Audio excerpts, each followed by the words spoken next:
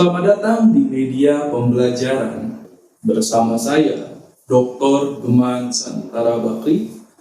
Kali ini kita akan membahas materi populasi dan sampel dalam mata kuliah statistika sosial. Mungkin kita sering mendengar istilah populasi dan sampel. Mungkin juga sebagian dari kita sebenarnya masih belum benar-benar memahami antara populasi dan sampel. Secara definisi, populasi adalah keseluruhan objek penelitian yang diamati maupun dianalisis. Sedangkan sampel adalah sebagian dari objek penelitian yang kita amati dan kita analisis. Dalam penelitian, ada beberapa metode atau cara yang dapat kita gunakan untuk memperoleh data, baik itu data populasi maupun data sampel. Jika penelitian yang kita lakukan menggunakan data populasi, maka metode atau cara yang bisa kita gunakan adalah sensus. Sedangkan jika penelitian yang kita butuhkan atau kita miliki adalah data sampel, maka metode yang bisa kita lakukan adalah survei. Berikut adalah perbedaan antara populasi dan sampel dilihat dari berbagai perspektif. Yang pertama dilihat dari pengertiannya, jika populasi adalah keseluruhan objek, sedangkan sampel adalah sebagian objek. Dilihat dari karakteristiknya, populasi memperoleh parameter, sedangkan sampel memperoleh statistik. Jika dilihat dari teknik pengumpulan datanya, populasi menggunakan sensus, sedangkan sampel menggunakan survei. Dan jika dilihat dari fokusnya, populasi mengidentifikasikan karakteristiknya, sedangkan sampel menduga karakteristik dari populasi. Kemudian bagaimana cara kita mendefinisikan populasi secara benar dan secara tepat? Sebab tahapan ini merupakan salah satu langkah penting sebelum kita melakukan penelitian. Misalnya, kita ingin melakukan penelitian terkait kepuasan khalayak konten narasi TV di YouTube, maka populasinya adalah seluruh khalayak yang menonton narasi TV di YouTube. Kemudian, jika kita ingin meneliti tentang efek terpaan media sosial terhadap minat politik mahasiswa, maka yang menjadi populasinya adalah mahasiswa yang menggunakan media sosial dan dia juga mengakses informasi terkait politik. Selanjutnya, jika kita ingin meneliti tingkat penyebaran pandemi COVID-19 di Kota Bandung, maka yang dijadikan populasinya adalah, silakan dijawab adik-adik. Kemudian, untuk mendapatkan sampel dari populasi, ada beberapa tahapan, yaitu mengidentifikasi populasi sasaran, dan yang kedua, membuat kerangka sampel. Populasi sasaran adalah proses penentuan kriteria-kriteria dari populasi dengan lebih spesifik supaya sesuai dengan tujuan dari penelitian yang kita lakukan. Sedangkan kerangka sampel adalah daftar nama-nama anggota populasi, dan kerangka sampel ini dibutuhkan hanya pada sampling probabilitas.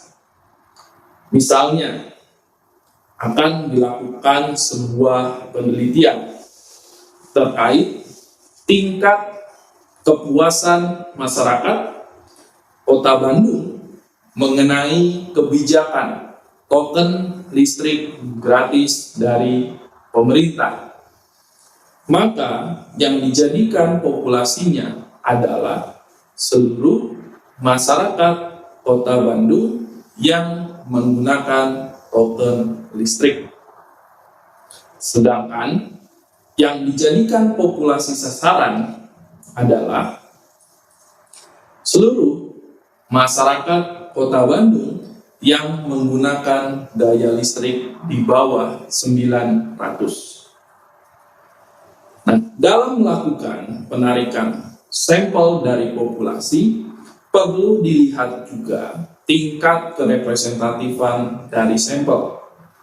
Tingkat kerepresentatifan dari sampel ini berarti adalah kecenderungan sampel yang mendekati karakteristik dari populasi.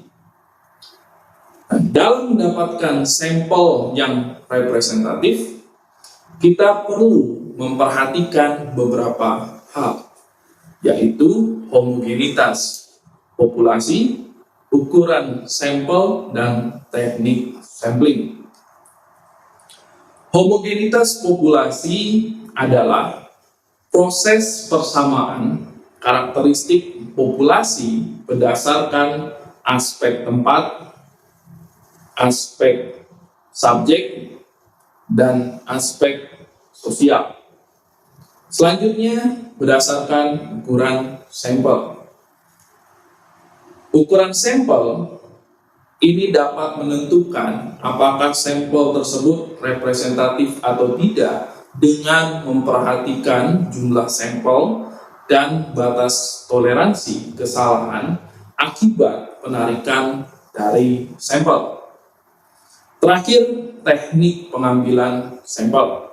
Terdapat dua pendekatan, yaitu probabilitas sampling dan non-probabilitas sampling, yang masing-masing tentunya memiliki karakteristik yang berbeda-beda. Yang pertama, kita bahas probabilitas sampling, yaitu teknik pengambilan sampel yang didasarkan pada aspek probabilitas. Artinya, setiap anggota populasi memiliki kesempatan yang sama untuk dijadikan sampel. Dalam probabilitas sampling ini ada dua jenis, ada sampel satu tahap dan ada sampel dua tahap. Yang mana sampel satu tahap ini terdiri dari sampel acak sederhana, sampel acak sistematis, sampel acak strata. Dan sampel acak dua tahap terdiri dari sampel acak klaster dan sampel acak wilayah. Penggunaan sampel acak dua tahap ini umumnya digunakan untuk populasi yang sangat besar, sehingga tidak memungkinkan untuk dilakukan pembuatan kerangka sampel. Kita bahas yang pertama, yaitu adalah sampel acak sederhana atau simple random sampling. Sampel acak sederhana, walaupun namanya sederhana, tapi percayalah bahwa teknik ini sebenarnya tidak sederhana karena membutuhkan kriteria atau syarat-syarat yang cukup ketat. Dalam penggunaan teknik sampling ini dibutuhkan yaitu adalah kerangka sampel, yang mana kerangka sampel tadi yaitu berisi daftar nama-nama dari seluruh anggota populasi. Oleh karena itu, penggunaan teknik sampling ini didasarkan pada dua faktor. Yang pertama, populasinya itu relatif kecil, Yang kedua, populasinya memiliki karakteristik yang homogen. Nah, kemudian dalam melakukan teknik sampel acak sederhana ini membutuhkan kerangka sampel dan angka acak. Angka acak adalah kumpulan angka yang bersifat acak atau random yang dapat diperoleh dari beberapa metode. Kita bisa memanfaatkan aplikasi yang ada di komputer atau aplikasi yang ada di gadget atau gawai yang kita miliki, atau kita bisa juga memanfaatkan aplikasi yang sudah ada, ya, yang tersedia di website statistik, yaitu random.org, yang tentunya dapat memfasilitasi sejumlah data yang dibutuhkan dalam melakukan penelitian. Kedua, sampel acak sistematis. Sampel ini memiliki karakteristik yang hampir sama dengan sampel acak sederhana. Perbedaannya, jika sampel acak sederhana, semua sampel yang dimiliki itu diperoleh berdasarkan hasil random. Sedangkan sampel acak sistematis, tidak semua sampel diperoleh secara random, hanya angka acak pertama saja yang bisa kita lakukan random. Selanjutnya, untuk sampel yang kedua, ketiga, dan seterusnya, kita menggunakan interval. Bisa kelipatan 5, kelipatan 10, kelipatan 15, dan seterusnya. Misalnya, kita melakukan sampling untuk menentukan responden pertama dari 1 sampai 10. Kita memperoleh nilai 3. Artinya responden nomor urut 3 itu adalah sampel kita yang pertama. Kemudian sampel kita yang kedua, yaitu interval yang kita tentukan. Nah, dalam kondisi ini, interval ini diperoleh dari perbandingan antara populasi dan sampel. Misalkan kita mendapatkan perbandingan yaitu adalah 10, maka interval kita adalah 10. Nah, untuk responden kedua, berarti kelipatan 10 dari 3, yaitu 13. Responden ketiga, kelipatan 10 dari 13, yaitu 23. Pinter semua. Terakhir, sampel acak strata atau sampel bertingkat. Pada sampel acak strata terdapat dua jenis, sampel proporsional dan sampel disproporsional. Sampel proporsional ini artinya karakteristik sampel ini mampu merepresentasi atau menggambarkan karakteristik dari populasi, yang mana populasi yang besar dengan sendirinya akan mendapatkan sampel yang besar. Begitu juga dengan populasi yang kecil, maka dia akan mendapatkan bagian sampel yang kecil. Sedangkan pada sampel disproporsional, ini tidak sesuai dengan karakteristik populasi, artinya sampel tidak mempertimbangkan proporsi populasi besar atau kecil. Setiap strata akan mendapatkan jumlah sampel yang sama besar. Selanjutnya, sampel 2 tahap, sampel cluster dan sampel wilayah. Keduanya memiliki karakteristik yang sama.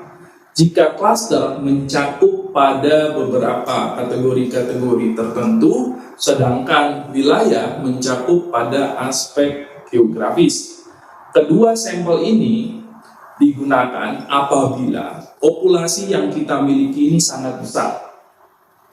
Dan kedua teknik ini tidak membutuhkan adanya kerangka sampel, sebab tidak memungkinkan buat kita memiliki daftar nama seluruh anggota populasi karena populasinya sangat besar sekali. Nah, kemudian pendekatan yang kedua adalah non-probability sampling. Pendekatan ini dipilih apabila tujuan dari penelitian kita tidak bermaksud untuk membuat wilayah generalisasi. Artinya, sampel yang kita pilih ini tidak mampu merepresentasi dari populasi dalam penelitian. maka pendekatan ini dapat kita pilih. Dalam non-probability, tidak menggunakan asas probabilitas. Artinya ada kemampuan subjektif dalam memilih seseorang yang akan dijadikan sampel. Ada beberapa teknik dalam pendekatan ini.